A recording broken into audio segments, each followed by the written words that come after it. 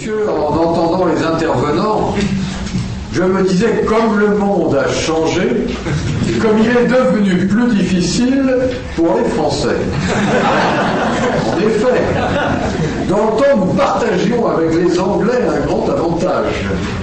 Nous n'avions pas besoin d'apprendre une autre langue que la nôtre.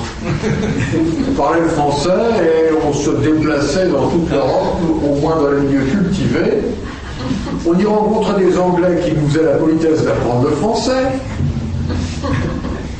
Nous, parfois, on parlait aussi l'anglais, mais ce n'était pas absolument indispensable. Et dans toute l'Europe, nous trouvions des gens qui parlaient notre langue. Donc, on n'apprenait pas les langues étrangères. Nous ressemblions beaucoup à nos cousins d'outre-Manche, puisque aussi pouvaient se déplacer. Bon, parfois, avec les Français, ils parlaient en français, mais ils pouvaient se déplacer ailleurs et un peu partout, ils étaient compris. Nous partagions ce privilège de pouvoir être paresseux et de ne pas apprendre la langue des autres. Eh bien, c'est terminé, et le temps a changé. Pas pour messieurs les Anglais, mais pour les Français, sûrement. Nous sommes obligés de parler au moins deux langues, le français et l'anglais, pour nous ouvrir à l'international. Notre problème, et ce qui fait la différence, c'est que nous avons non seulement intériorisé cette contrainte, apprendre l'anglais parce qu'on ne peut pas faire autrement, et quand je dis apprendre l'anglais, disons apprendre l'américain, essentiellement, mais qu'en plus, notre problème est de savoir si nous n'allons pas continuer à apprendre une autre langue que l'américain. Je crois qu'il est quand même très important que la France ait fait le choix d'apprendre et d'inscrire dans ses programmes officiels scolaires une autre langue. J'ai suffisamment regretté que mon pays ne pratique pas une suffisante diversification des langues étrangères apprises pour ne pas reconnaître quand même que c'est un effort méritoire que ne font pas actuellement tous les pays européens. Il y a dans tous les pays européens la connaissance de l'anglais à côté de la langue nationale, mais la deuxième langue étrangère, ça reste plus problématique. Je regrette, je le dis amicalement à notre ami, que l'Angleterre ait renoncé à apprendre une deuxième langue, parce que ça nous arrangeait bien dans les statistiques. Quand on voulait en France se rassurer, on regardait quelle était la deuxième langue et quelle était l'autre langue étrangère apprise. Alors, dans tous les pays européens, la première langue étrangère, c'était l'anglais. Mais en Angleterre, la première langue étrangère apprise, et massivement, c'était le français. Et avec votre décision récente, cet avantage qui nous consolait a tendance à disparaître. Donc, ça nourrit un petit peu notre inquiétude, notre morosité. Mais enfin, nous apprenons, donc je le disais en France, souvent encore une deuxième langue étrangère, et ça, c'est la différence. Ça n'a pas été le cas de l'Espagne, qui a eu des hésitations. Elle apprend l'anglais de plus en plus, avant c'était le français, et elle n'apprend pas toujours une deuxième langue étrangère. Je crois qu'elle vient de rétablir la deuxième langue étrangère, ce qui a fait remonter le pourcentage d'Espagnols apprenant le français. Mais enfin, il y a eu des hésitations. Dans le temps, nous étions aussi très présents chez nos cousins italiens qui apprenaient le français. Maintenant, ils apprennent l'anglais et de moins en moins le français également. Donc, ce problème de la deuxième langue étrangère, il va être crucial pour la présence du plurilinguisme en Europe. Parce qu'il ne faut pas que l'on mélange deux choses.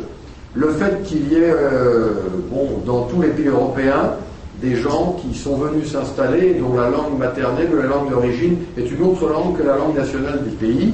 C'est une donnée, ça peut être un enrichissement, ça peut aussi poser des problèmes, mais c'est comme cela. Ce qui est important, c'est quand même de savoir si on choisit, sans en avoir automatiquement la nécessité, d'apprendre une autre langue parce qu'on veut être plus ouvert ou plus en rapport avec une autre société. Voilà un premier débat que je voudrais quand même faire. Là, je crois qu'il y a des attitudes, si vous voulez, culturelles à avoir. Et quand je vois ce que vous disiez sur ce colloque sur le plurilinguisme en Europe, il me semble quand même que si l'Europe veut rester fidèle à sa tradition humaniste et à sa tradition culturelle, elle doit accepter la réalité, qui est que, bien évidemment, actuellement, il est quasiment nécessaire de maîtriser à un bon niveau l'anglais. et si possible pas simplement l'anglais d'aéroport ou le globish, un anglais qui est une langue culturelle, comme toutes les langues européennes. Il faut respecter l'anglais.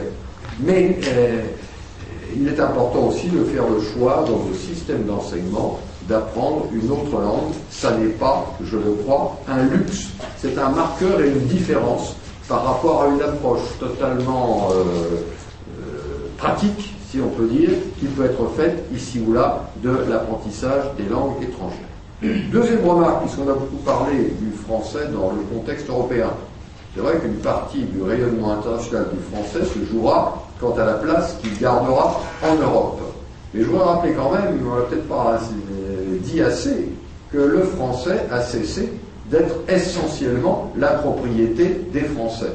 Il est encore essentiellement l'affaire des Français parce que c'est le plus important pays de la francophonie, celui qui a les moyens économiques et les moyens financiers d'en soutenir la présence. Mais les chiffres sont quand même clairs. Au sommet de Montreux, il y a eu un décompte très précis, si vous voulez, des apprenants, des gens qui parlent le français. Environ 220 millions de personnes de par le monde parlent le français. Je vous mets à peu près au 9e rang des langues internationalement les plus parlées. Mais comme il n'y a que 65 millions de Français, et même si tous les Français, ou à peu près, maîtrisent la langue française, il n'empêche que ça veut dire clairement que le français a cessé d'être pour l'essentiel la langue des Français. Il est réparti sur plusieurs continents, il est présent en Europe où le français est la deuxième langue parlée après la langue allemande, même si l'anglais joue un rôle important dans la construction européenne, il est à peu près à même hauteur, mais le français, la deuxième langue parlée en Europe actuellement. Mais ça n'est pas en Europe, je parle de l'Europe des 24, je ne parle pas de l'Europe des 47. Mais il est aussi largement parlé sur le continent africain. Et l'avenir du français comme langue se jouera largement aussi sur son enracinement ou son non-enracinement en Afrique. Les choses ne sont pas encore totalement figées de ce point de vue-là. Il y a des parties de l'Afrique où le français est la langue des élites, mais une pellicule relativement mince de personnes qui le parlent. Dans d'autres pays, il a poussé des racines plus profondes. On citait tout à l'heure Kinshasa, le Congo, ce qui se passe en Afrique centrale, etc.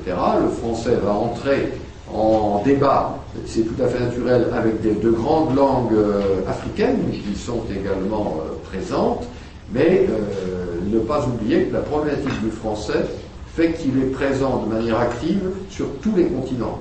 C'est un petit peu ce qu'il est particulièrement présent en Europe et en Afrique, avec des surgeons très virulents et très affirmés aussi dans le continent américain, comme le Québec, dont on vient de citer le cas.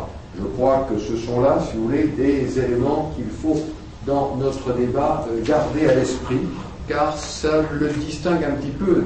Je parlais des 9 langues qui sont les langues centrales autour de l'américain, langue hyper centrale. Les autres langues centrales n'ont pas toutes une présence sur presque tous les continents, et même en Asie, on le voit bien, vous êtes la preuve, le français continue à intéresser. Il y a des pays où il conserve des racines. Le cas du Cambodge a été évoqué tout à l'heure. J'ai entendu aussi, j'ai entendu beaucoup parler de motivation, j'ai entendu parler des traducteurs. Oui, c'est une situation que nous partageons avec vous, cher ami.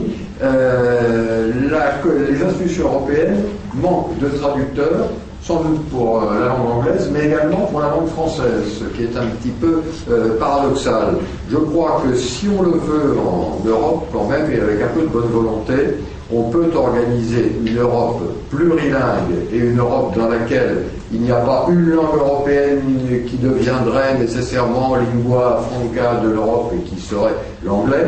Si je regarde ce qui se passe dans l'Europe des 47, celle du Conseil de l'Europe, elle vit avec un régime linguistique de 2 langues officielles, le français et l'anglais, plus 5 langues de travail, en clair 7 langues, qui jouent le rôle de langue pivot, et on parvient parfaitement à faire vivre, si vous voulez, cette diversité linguistique au sein du Conseil de l'Europe, en jouant simplement sur 5, 6, 7 langues pivots, puisque là, avec le Conseil de l'Europe, il faut inclure les Slaves, Slaves, les Russes en particulier, et les Turcs, qui sont aussi un pays qui a un poids démographique tout à fait important. Et je le redis, pour moi, en tout cas, la langue de l'Europe, avant d'être telle ou telle langue, c'est la traduction et la volonté, la capacité de respecter la diversité des cultures.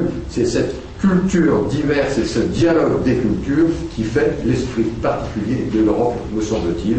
Et je pense que les autres continents, ou aussi les autres zones linguistiques, pourraient également tenir ce langage. Alors voilà quelques remarques que je voudrais faire très simplement, en entendant tout ce que j'ai entendu. Une petite remarque sur un propos que vous avez tenu à propos de la féminisation ou du manque de féminisation des professions. On va dire quand même qu'en France comme ailleurs, le corps enseignant se manifeste par une féminisation certaine, et en tout cas par une répartition au moins équilibrée entre hommes et femmes. S'il y a des professions et des lieux d'écoute, des centres de pouvoir où en effet la féminisation ou l'équilibre doit encore être trouvé, quant au niveau du nombre, il me semble que sur ce point le corps enseignant n'est pas le plus mal partagé. Ça n'exclut pas que nous ayons toute une réflexion sur le genre. Je sais que c'est un des débats que la francophonie vit. Je peux vous dire qu'au sein de l'Assemblée parlementaire de la francophonie, j'ai un réseau des femmes parlementaires francophones qui est extrêmement actif et qui veille soigneusement, et souvent animé d'ailleurs par des Canadiennes, par des Québécoises et aussi par des Africaines, et qui veille soigneusement à ce que cette question soit clairement posée et qu'on soit très vigilant et qu'il n'y ait pas d'impropriété dans les déclarations. Il ne faut pas que nous soyons politiquement incorrects. Voilà ce que je voulais vous dire en peu de mots, à partir de tout ce que vous avez dit sur le multilinguisme. Peut-être quelque chose d'important, semble-t-il quand même. Le vrai multilinguisme, c'est quand même la capacité d'avoir plusieurs langues sur un territoire, et les gens qui, parce qu'ils maîtrisent plusieurs de ces langues, sont en dialogue entre eux. Si c'est la coexistence de communautés, chacune enfermée dans sa langue, défendant son précaré et ses privilèges, et se désintéressant de ce que fait le voisin, voire contestant la surface consentie au voisin, à ce moment-là, ça n'est pas intéressant. C'est au contraire la préfiguration d'affrontements à venir, et ça, je crois que ce serait le contraire d'un idéal. Donc, le plurilinguisme, oui, mais à condition que ce soit celui qui ouvre au dialogue. Sinon, c'est la porte ouverte au conflit, et c'est le contraire, me semble-t-il, des valeurs que nous souhaitons pour le devenir de notre continent. Merci.